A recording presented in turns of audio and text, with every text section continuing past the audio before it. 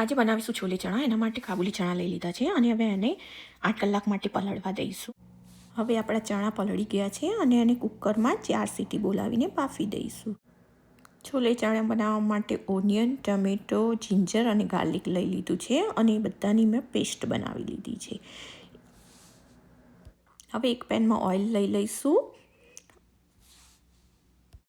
તેલ ગરમ થાય એટલે એમાં જીરું, હિંગ અને સૂકા મસાલા એડ કરી દઈશું. ઓનિયન, જિંજર અને ગાર્લિકની પેસ્ટ રેડી કરીને રાખી છે એ એડ કરી લઈશું અને બરાબર મિક્સ કરી લઈશું. આનું લીડ કવર કરીને 5 મિનિટ સુધી ચડવા દઈશું, જ્યાં સુધી તેલ ઉપર આવી ના જાય. મેં 2 ટામેટાં લીધા છે, એની પ્યુરી બનાવી દીધી છે, એ પણ હવે આમાં એડ કરી લઈશું. હવે બરાબર મિક્સ કરી લઈશું અને બધા મસાલા એડ કરી લઈશું, જેમાં હળદર, કશ્મીરી લાલ મરચું, ધાણા જીરું પાવડર,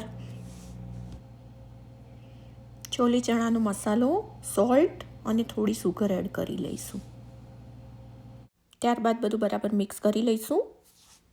લીડ કવર કરીને અને 5 મિનિટ માટે ચડવા દઈશું, જ્યાં સુધી તેલ ઉપર આવી ના જાય.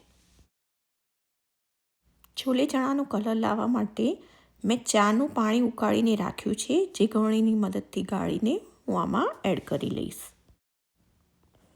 જે કાબુલી ચણા બાફીને રેડી રાખ્યા હતા એ આમાં એડ કરી લઈશું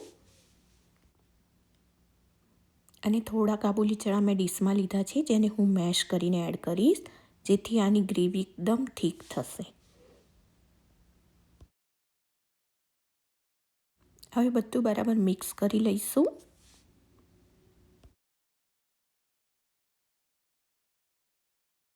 અને 5 મિનિટ માટે ચડવા દઈશું.